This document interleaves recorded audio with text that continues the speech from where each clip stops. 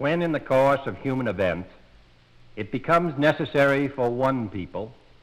to dissolve the political bands which have connected them with another, and to assume among the powers of the earth the separate and equal station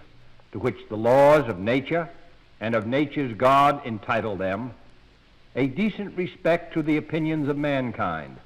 requires that they should declare the causes which impel them to the separation. We hold these truths to be self-evident, that all men are created equal, that they are endowed by their Creator with certain unalienable rights, that among these are life, liberty, and the pursuit of happiness, that to secure these rights, governments are instituted among men, deriving their just powers from the consent of the governed, that whenever any form of government becomes destructive of these ends, it is the right of the people to alter or to abolish it, and to institute new government, laying its foundation on such principles and organizing its powers in such form as to them shall seem most likely to affect their safety and happiness. Prudence indeed will dictate that governments long established should not be changed for light and transient causes, and accordingly all experience hath shown that mankind are more disposed to suffer, while evils are sufferable, than to right themselves by abolishing the forms to which they are accustomed. But when a long train of abuses and usurpations, pursuing invariably the same object, evinces a design to reduce them under absolute despotism, it is their right, it is their duty, to throw off such government and to provide new gods for their future security. Such has been the patient sufferance of these colonies, and such is now the necessity which constrains them to alter their former systems of government. The history of the present King of Great Britain is a history of repeated injuries and usurpations, all having indirect object the establishment of an absolute tyranny over these states. To prove this, let facts be submitted to a candid world. He has refused his assent to laws, the most wholesome and necessary for the public good. He has forbidden his governors to pass laws of immediate and pressing importance, unless suspended in their operation till his assent should be obtained. And when so suspended, he has utterly neglected to attend to them. He has refused to pass other laws for the accommodation of large districts of people, unless those people would relinquish their right of representation in the legislature, a right inestimable to them and formidable to tyrants only. He has called together legislative bodies at places unusual, uncomfortable, and distant from the depository of their public records, for the sole purpose of fatiguing them into compliance with his measures. He has dissolved representative houses repeatedly for opposing with manly firmness his invasions on the rights of the people. He has refused for a long time, after such dissolutions, to cause others to be elected, whereby the legislative power, incapable of annihilation, have returned to the people at large for their exercise, the state remaining in the meantime exposed to all the dangers of invasion from without and convulsions within. He has endeavored to prevent the population of these states, for that purpose obstructing the laws for naturalization of foreigners, refusing to pass others to encourage their migrations hither, and raising the conditions of new appropriations of land. He has obstructed the administration of justice by refusing his assent to laws for establishing judiciary powers. He has made judges dependent on his will alone for the tenure of their offices and the amounts and payment of their salaries. He has erected a multitude of new offices and sent hither swarms of officers to harass our people and eat out their substance. He has kept among us, in times of peace, standing armies without the consent of our legislatures.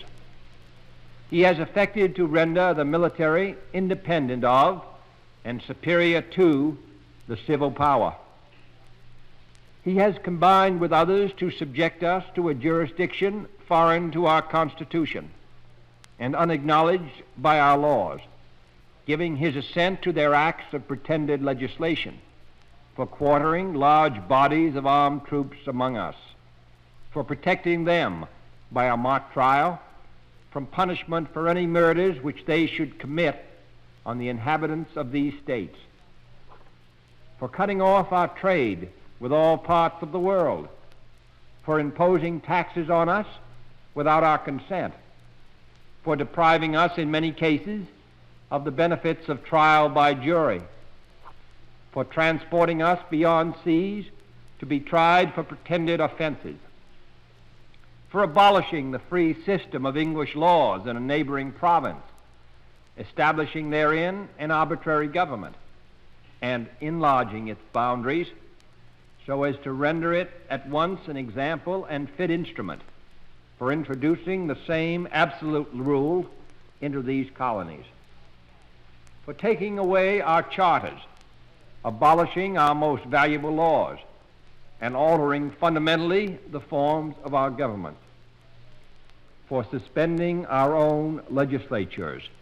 and declaring themselves invested with power to legislate for us in all cases whatsoever. He has abdicated government here by declaring us out of his protection and waging war against us. He has plundered our seas, ravaged our coasts, burned our towns, and destroyed the lives of our people. He is at this time transporting large armies of foreign mercenaries to complete the work of death, desolation, and tyranny, already begun with circumstances of cruelty and perfidy, scarcely paralleled in the most barbarous ages, and totally unworthy the head of a civilized nation. He has constrained our fellow citizens, taken captive on the high seas, to bear arms against their country, to become the executioners of their friends and brethren, or to fall themselves by their hands. He has excited domestic insurrections among us, and has endeavored to bring on the inhabitants of our frontiers the merciless Indian savages, whose known rule of warfare is an indistinguished destruction of all ages, sexes, and conditions. In every stage of these oppressions, we have petitioned for redress in the most humble terms. Our repeated petitions have been answered only by repeated injury. A prince whose character is thus marked by every act which may define a tyrant is unfit to be the ruler of a free people. Nor have we been wanting in attentions to our British brethren. We have warned them from time to time of attempts by their legislature to extend an unwarrantable jurisdiction over us. We have reminded them of the circumstances of our immigration and settlement here. We have appealed to their native justice and magnanimity, and we have conjured them by the ties of our common kindred to disavow these usurpations, which would inevitably interrupt our connections and correspondence. They too have been deaf to the voice of justice and of consanguinity. We must therefore acquiesce in the necessity which denounces our separation, and hold them as we hold the rest of mankind, enemies in war, in peace friends. We, therefore, the representatives of the United States of America, in General Congress assembled, appealing to the Supreme Judge of the world for the rectitude of our intentions, do in the name and by authority of the good people of these colonies solemnly publish and declare that these united colonies are, and of a right ought to be, free and independent states, that they are absolved from all allegiance to the British Crown, and that all political connection between them and the state of Great Britain is and ought to be totally dissolved, and that as free and independent states, they have full power to levy war, conclude peace, contract alliances, establish commerce, and to do all other acts and things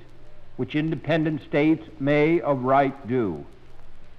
And for the support of this declaration,